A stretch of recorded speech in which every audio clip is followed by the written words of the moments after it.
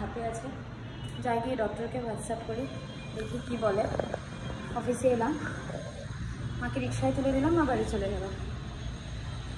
আমরা লাঞ্চ টাঞ্চ করে একটু বেরিয়েছিলাম, এই অনেক দিন ধরে চায়ের সঙ্গে খাওয়ার টাটা কিনে নেই, তো ওই টুকটাক কিনলাম, ভাগ্যশ্রীও কিনলো, আমিও কিনলাম। এখন আবার অফিস যাই।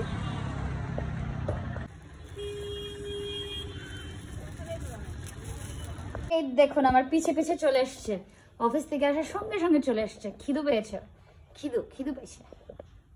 Seat sit Rocky sit sit sit sit sit sit বস বস বসো বসো বসো বসো বসো রকি, এখানে বয় বয়, সিট সিট সিট, বললাম না বস, এখানে বস, sit sit sit sit sit, বাস,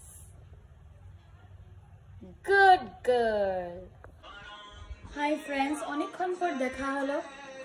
এখন 11টা 5 বাজে, আমাদের ডিনার শেষ।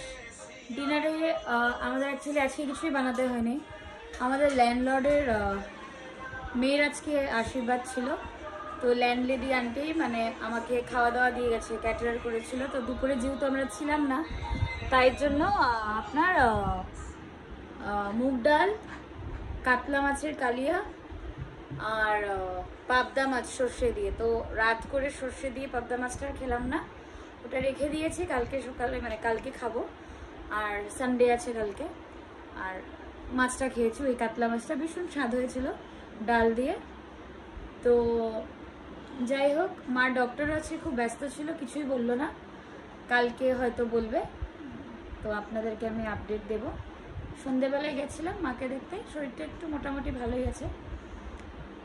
তো বন্ধুরা, কাল আবার দেখাবে আপনাদের সঙ্গে একটা নতুন ব্লগ নিয়ে। কালকে সানডে আছে, কিছু অন্যান্য জিনিসও দেখাতে পারবো।